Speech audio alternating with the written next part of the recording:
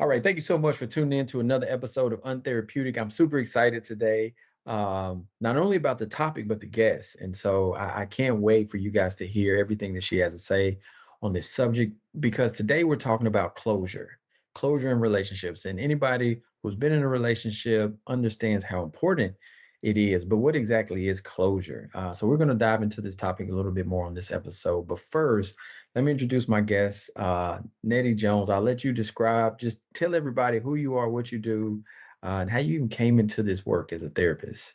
Yeah, well, thank you so much, Dr. Hardy, for having me on your podcast. I'm a licensed psychotherapist here in Houston, Texas, and started out working with families. And Mhm. of course, who would bring the families, the kids, or make the appointments? It was the woman. And Mhm. so, working with children and families, I often ask that woman, when you gonna come and sit on the sofa? Just Mhm. you and I. Let's make it happen. Let's talk. And so the practice evolved into me seeing women and really specializing in women's emotional wellness. Mhm. I still see families. I still do couples counseling, but my sweet spot is working with women. I love what I do. I get excited about any opportunity to talk about emotional wellness and relationships because, of Mhm. course, life is about relationships, right? It is every aspect. You can't exclude relationships from the topic. Not at all. You can't. So closure. Let's kind of start at the top. Yeah. What is closure? When I think about closure, I think about that acceptance, right? Accepting that this relationship has come to an end, right? Mhm. Accepting the reality that the relationship has ended. Mhm. And it is often a very emotional and psychological process, you Mhm. know? And so when I think about closure, I think of it as process. I think Mhm. of it as it relates to time. Those Yeah. two things, time and process. Yeah. You talk about acceptance. Do you think it's because it's hard for us to accept something that we don't want. Hmm. And I think that's one of the biggest things that keeps so many people from closure, because we'll find things that just give us a little bit of hope. Yeah, absolutely. And so when you think about getting to that place of accept, like, what does it really take? Is it just a decision, or does something have to happen for us to really accept something that we don't want? So that's a great question because I think it number one, it needs to be intentional. I think Mhm. it needs to be intentional on that person's part. But you got to be in a space to want to, number one, start to heal, Mhm. right? Start to Mhm. heal and also to start the closure process. Yeah. And oftentimes we're looking for other people to close or to give us a reason to close. But Mhm. we have to, number one, decide, I need to go ahead and really deal with what's going on here. You said acceptance. A Yeah. lot of times we don't want to accept that this is Mhm. whether you're making the decision to end the relationship or the other person. So the Mhm. acceptance sometimes comes in time Yeah. of knowing that I know that I know that I know I've done all that I can do. And now the reality is I have to provide this closure for myself. Yeah. And sometimes it's voluntary and sometimes it's involuntary. Absolutely. Do you think that there is something that just clicks for us? Because I know it varies from person to person, Mhm. but generally speaking, where is that just click that says, that's it? And then we start to work towards that. Yes. One of the things I have 3 daughters, and I share with them, and I've shared this with my husband, Mm, loving you can't cost me me. mm, And when loving someone starts to cost you you, when you now see that you're not yourself, you don't show up as yourself, your relationships outside of that relationship are affected mm, occupationally, financially, familial, all of these mhm, relationships are mhm. now affected by where you are in this relationship. Sometimes that's the click. Yeah. That's the click or that one thing that says, "Oh my gosh, Mhm. That one thing. And it could be something that that other person says or does, that light bulb finally goes off. It's almost like, and I hate to see this, but I know it happens because I see it often, and that is it has to get so bad, whether that person finds someone else, they cheat, they get married, Yeah. they I mean, or the behavior becomes so egregious that you just can't ignore it. Like, why do we kind of punish ourselves, or to the extent that it has to be so bad? You know what? I think, Dr. Hardy, a poor, we have an unhealthy Mhm, um, idea of what relationships are. mhm, So we go in with an unhealthy attitude about relationships, about control. And I mean, the expectations that you have on other people, mhm. especially in dating spaces, Yeah. right? In dating spaces, people date like they're married, Mm. with all of the specifics of what you can do and what you cannot do. And so I think that that drives an unhealthy relationship. Give me an Al- example, because I Also, think that's a good point right there. so, I remember years ago, I heard Tony Evans say that we have it all mixed up, right? Mhm, You woo the woman, you're this, you make sure you're attractive for the guy, you do all of the things to catch the person, mhm, right? And then when you get married, you stop. And he said it should be the opposite. You should be able to, engage in a relationship, have a great time, have something to look forward to. But the flowers, the flattery, all of mhm. those things should come after the Yeah. union of marriage, right? And it Mhm. is the introduction of what's more to come, as opposed to this introduction of what doesn't happen anymore after we get married. But I do believe that it's important, and people don't like to hear this. So if Mhm, we're dating, we're not married. mhm. Oh, they And hate to hear so, that. huh? I said they hate to hear that, No, but yeah, it's just we're so not true. married. And is it healthy to see more than one person? The answer Mm, to that is absolutely. But mhm, most of us were not raised to believe that. We mhm, were raised to believe if you're dating one person, you date one person. Don't get me wrong. I do believe that when people decide that this is going to be a one-on-one relationship, we're choosing not to date other people as long as both people agree to that. mhm, Oftentimes, that's not what's happening right now. mhm. There's that Men are very clear. yeah. Men are very clear. Mhm, We women hear what we want to hear, mm, and we are often willing to accept. And what I mean by accept is we go along, yeah. because you can't change people, Mhm. right? We And go along. you start I've seen this too, you start adjusting to that, kinda go along. And it's piece by piece. It doesn't happen all at once. It's just, you make this little concession and this Yes. concession and this concession, and then you look up and you become someone completely different. You're not even yourself Mhm. in order to sustain Absolutely. the relationship. And so it's tricky because there is a level of compromise in marriage. Again, this is where we kind of get it backwards. But Mhm. where do you draw that line? I think is sometimes tough.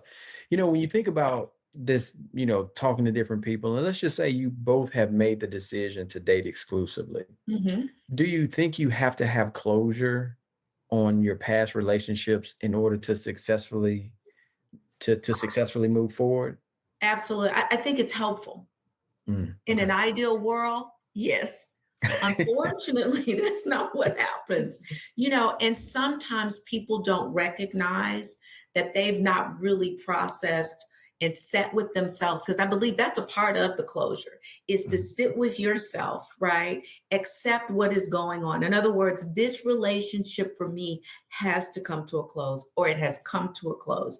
And mhm, then what have I learned about myself? What am I learning about myself in this space? mhm, And then, the whole process of setting boundaries. I mean, I just believe that this whole closure is mhm, a process that takes time. mhm. Oftentimes, people don't want to take the time to sit with themselves because they're uncomfortable with the emotions and feelings that they experience. Yeah.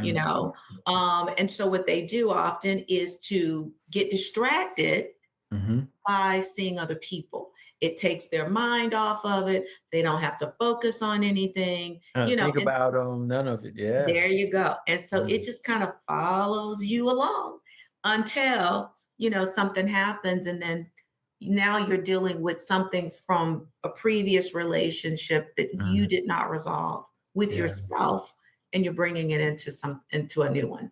When you say you think you have closure, but you really don't, how can you decide if I've actually moved on from this past relationship? Mhm. So I believe time, and Mm, that people don't like when I say that, but time is definitely an indicator for you to gauge mm, where you are. mhm, Um, I think when you continue to find yourself ruminating over the relationship, trying to figure out what you could have done differently, mm, what that person um, said or did that you responded or reacted to, you're playing it back in your head mhm, of how I can do something different. If you're continuing to try to stay in contact with this person, one of the things I believe is challenging is when people decide I'm going to provide this closure, right? I'm going to mhm, this whole process. I mhm. got to let this go.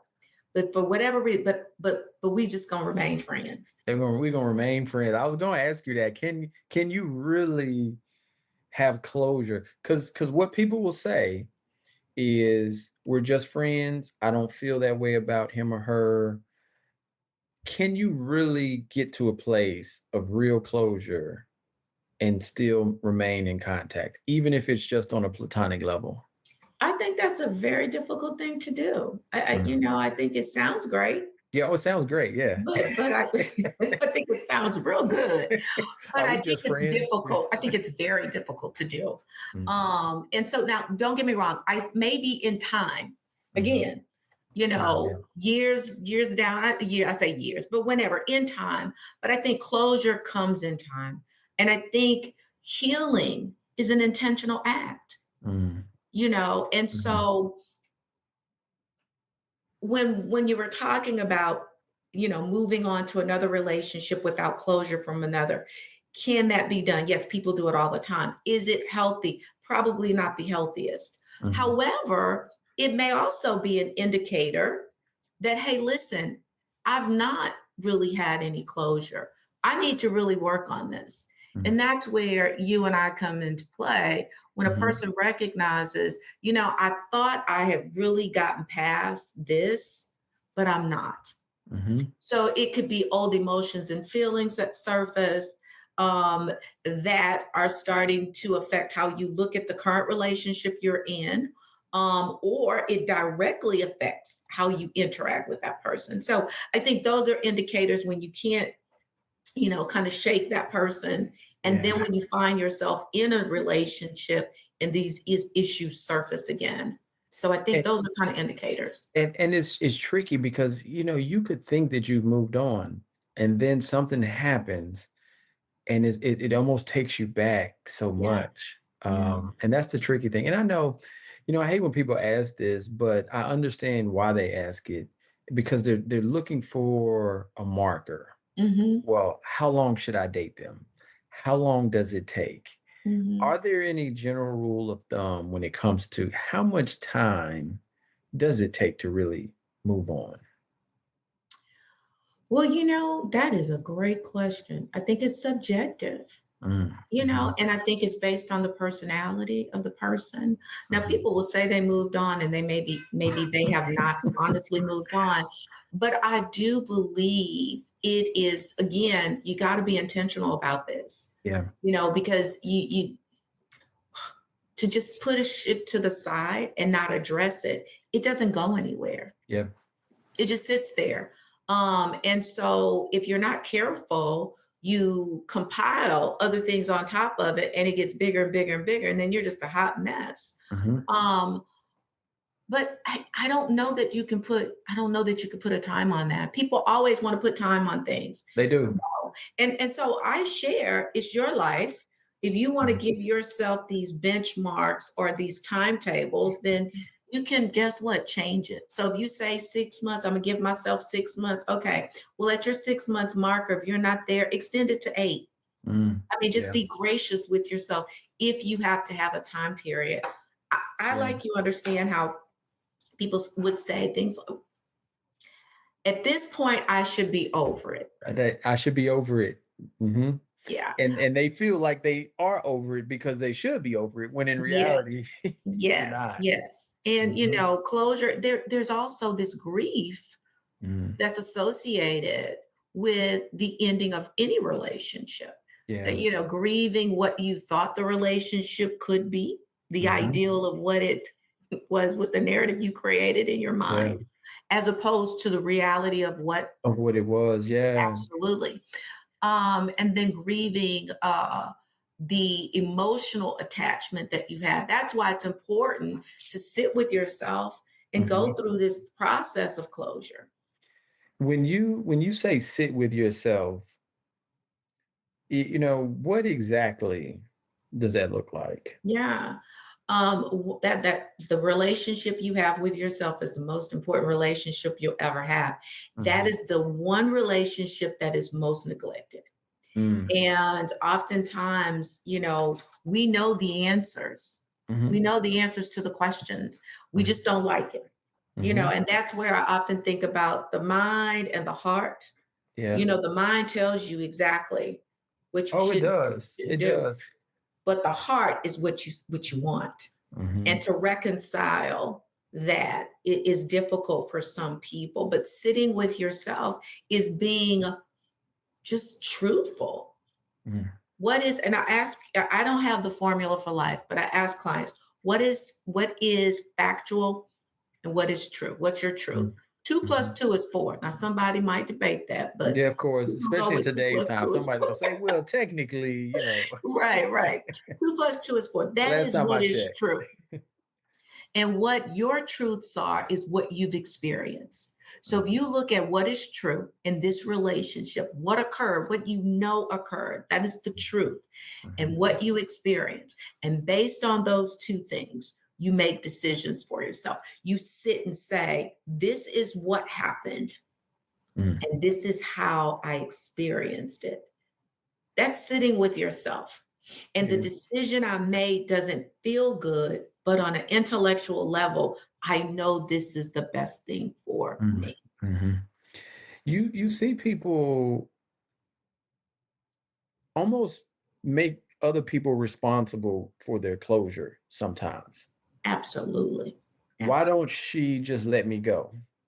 Why doesn't he let me go? Or whatever it may look like. But Mhm. essentially they're saying, or if he or she wouldn't do this, then I could move on. Mhm. Is that valid? That they feel that way? Is could someone keep you from moving forward?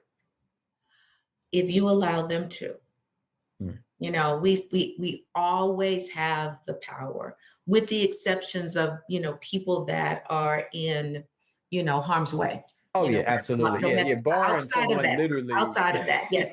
Outside of that. Yeah, I do believe. No, we take on the responsibilities of managing other people's emotions, which is impossible to do. Mm, mhm, Right? We can't. mhm, As much as we try, the closest I believe we get to that is when we have little children.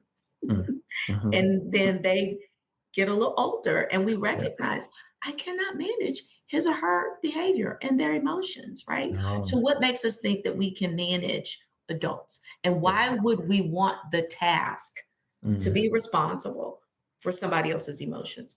But yeah. she won't let me go. So what does that mean? Mm, Right? And yeah. so it's interesting how people will define that. Yeah. And I've seen it come up in the smallest things.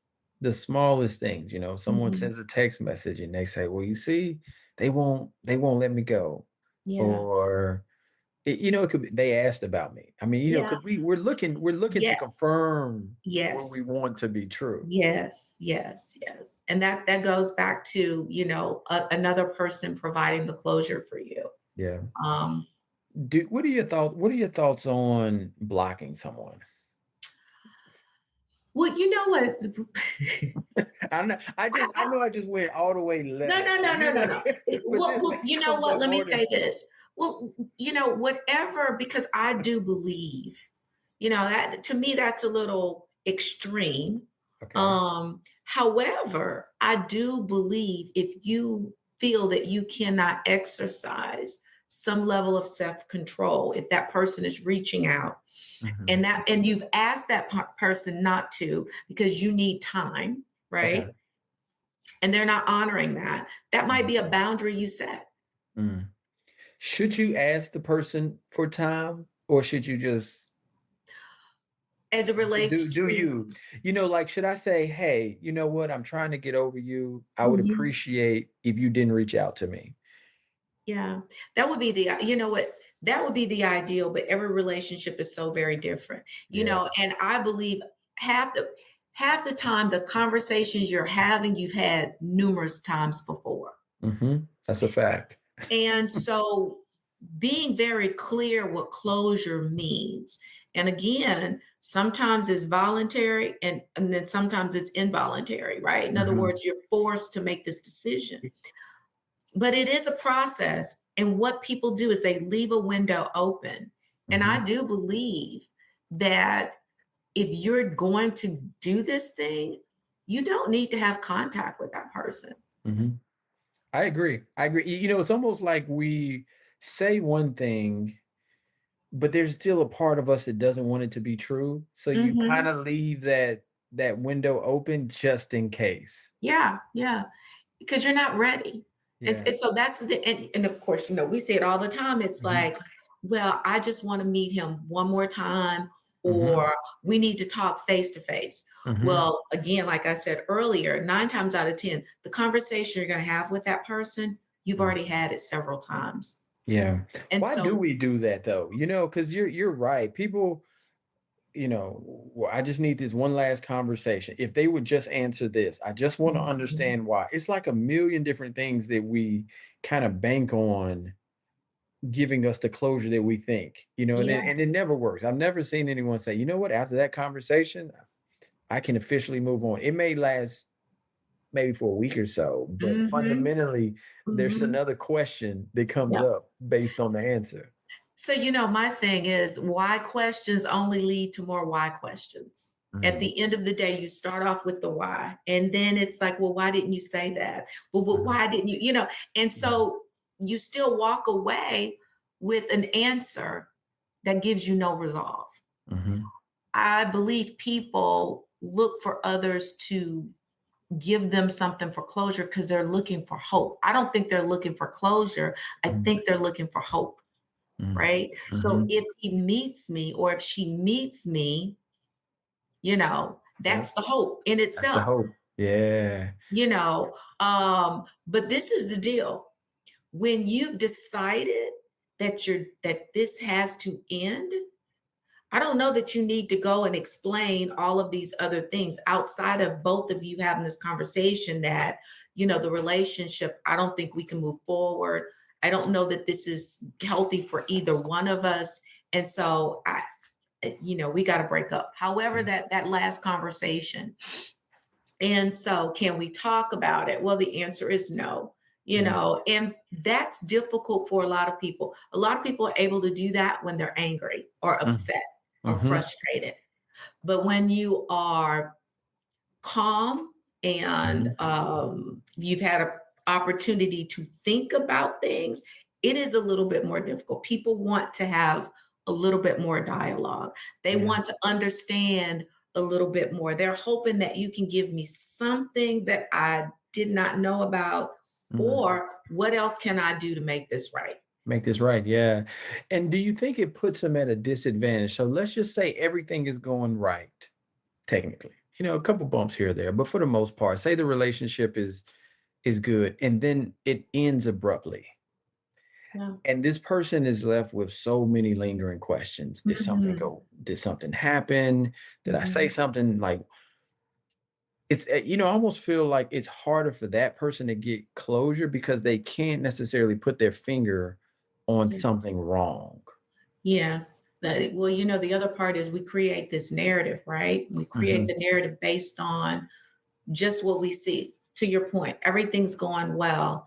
Then you start replaying the last time you were together. What did you say? All of these things. And this is what I think is so important. What do you know happened? The Mm. last time you went out, dinner was great. You had a wonderful time. And then he didn't call for 2 weeks. Then it was 3 weeks. Then it was a Mhm. month. What does Yeah. that mean? That means we went out, we had a great time, everything seemed to be okay, and then the guy never called me back. But what we do, Dr. Hardy, is we personalize the Mm. other person's actions. Yep. We personalize the fact that number one, they didn't follow up or follow through. Mhm. And then you have to ask yourself, do you want to be in a relationship ongoing with Mm. someone who does not honor your time, at least to say something, especially if there was some level of interaction on an ongoing basis. Yeah. So that's the part. And it's hard because people often want to have understanding to why someone else did something when Mhm. you're getting to know somebody. Mhm. So that's Mhm. then the idea that you Yeah. know who this person is based on the limited time you've Absolutely. spent with the person. Mhm. Yeah. Oh man, there's so many other questions that come up. One that stands out is, let's say you're dating someone Mhm. and their ex, okay, let's say they got out of a long-term relationship and they say, you Okay. know what, I'm over them. How do you know if that's true?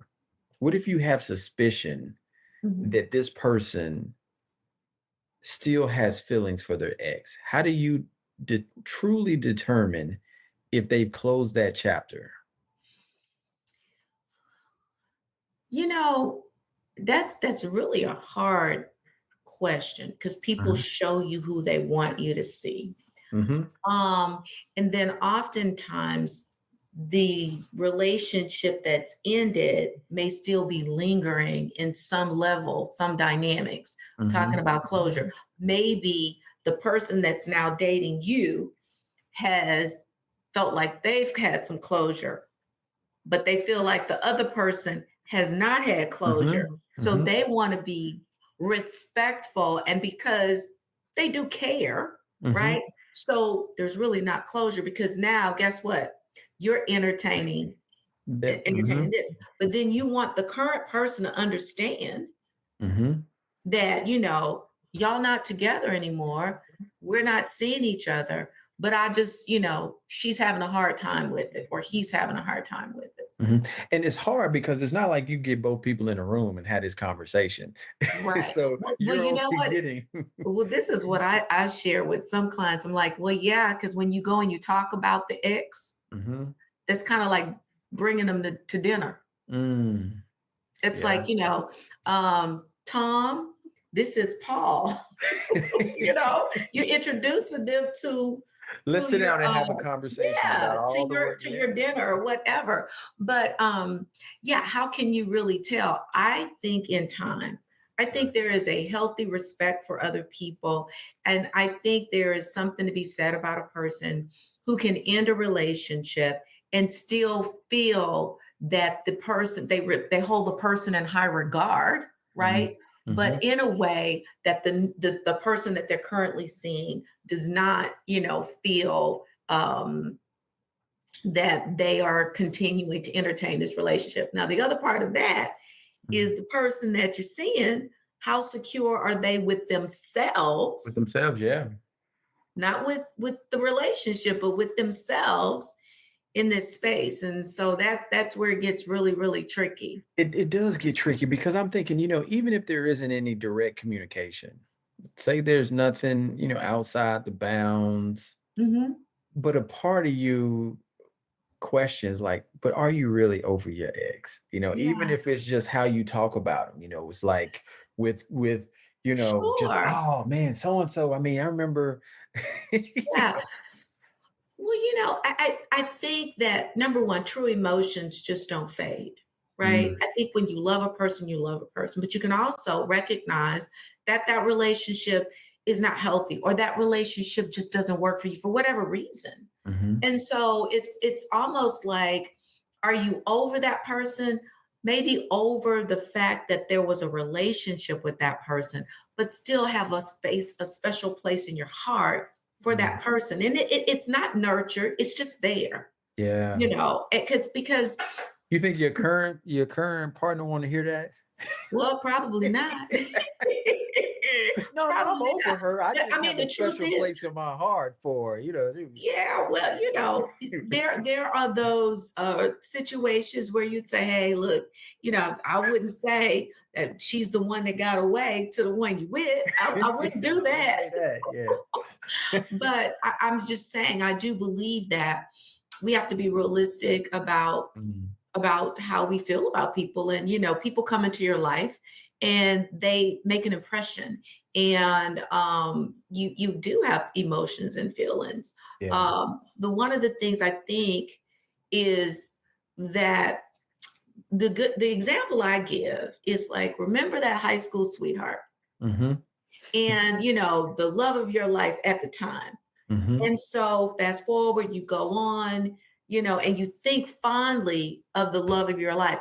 That love is that 17 or 18-year-old love.